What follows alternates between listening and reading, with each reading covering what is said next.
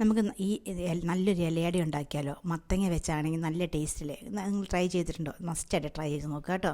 മത്തങ്ങ ഇതുപോലെ കട്ടി കുറച്ചരിക്കുക. 150 ഗ്രാം മത്തങ്ങ ഞാൻ എടുത്തിട്ടുള്ളൂ കേട്ടോ. അതിൻ്റെ ഉപ്പോളം വെള്ളം ഒഴിച്ച്, ഒന്നെങ്കിൽ കുക്കറിൻ്റെ അകത്താണെങ്കിൽ ഉപ്പോളം വെള്ളം ഒഴിച്ച് നമുക്ക് 3 വിസിലടിക്കുക, അല്ലെങ്കിൽ അപ്പച്ചെമ്മിൻ്റെ അകത്ത് ആവി കയറ്റിയാലും മതി. അത് 3 വിസിലടിച്ചതിന് ശേഷം നമുക്കൊരു സ്പൂൺ കൊണ്ട് അതൊന്ന് പതുക്കി ഒന്ന് ഉടച്ച് കൊടുക്കുക കേട്ടോ. നന്നായിട്ട് വെന്തിരിക്കും മത്തങ്ങ.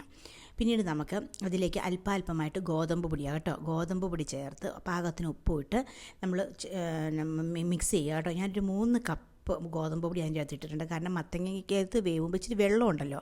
അപ്പോൾ നമ്മളത് നോക്കി അല്പമായിട്ട് വെള്ളം ചേർത്ത് നമുക്ക് നന്നായിട്ട് കുഴച്ചെടുക്കുക കേട്ടോ. നമ്മൾ മറ്റുള്ള അടകൾക്ക് കുഴച്ചെടുക്കുന്ന പോലെ കുഴച്ചെടുക്കുക. നന്നായിട്ട് കുഴച്ചെടുക്കുക. കയ്യിലൊക്കെ ഒട്ടിപ്പിടിക്കും, എന്നാലും കുഴപ്പമില്ല. അത് ഗോതമ്പ് പൊടി അത് സെറ്റാകുമ്പോൾ അത് ശരിയായി വരും.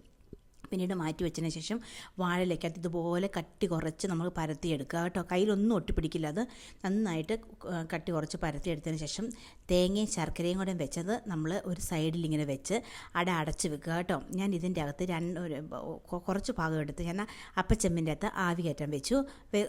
ഒരു ഇലയുടെ മാത്രം ഞാൻ ചുട്ടെടുക്കാൻ വെച്ചു. നമ്മൾ ചപ്പാത്തിയൊക്കെ ചുടുന്ന കല്ലില്ലേ, അതിൻ്റെ അകത്ത് നമുക്ക് ചുട്ടെടുക്കാം. നല്ല ടേസ്റ്റാണ്. അത് ചെറുതീയിൽ, കല്ല് നന്നായിട്ട് ചൂടായതിന് ശേഷം തീ കുറച്ച് വെക്കുക. എന്നിട്ട് തിരിച്ച് മറിച്ച് വിടുക കേട്ടോ. രണ്ടും നല്ലതാണ്. ആവി പുഴുങ്ങിയതും നല്ലതാണ്, ചുട്ടെടുത്തതും നല്ലതാണ്. ചുട്ടെടുക്കുന്നത് നന്നായിട്ടിരിക്കും, നന്നായിട്ട് ഉണങ്ങിയിരിക്കും. മറ്റേത് നല്ല സോഫ്റ്റായിട്ടും ഇരിക്കും. രണ്ടും നല്ല ടേസ്റ്റാണ്.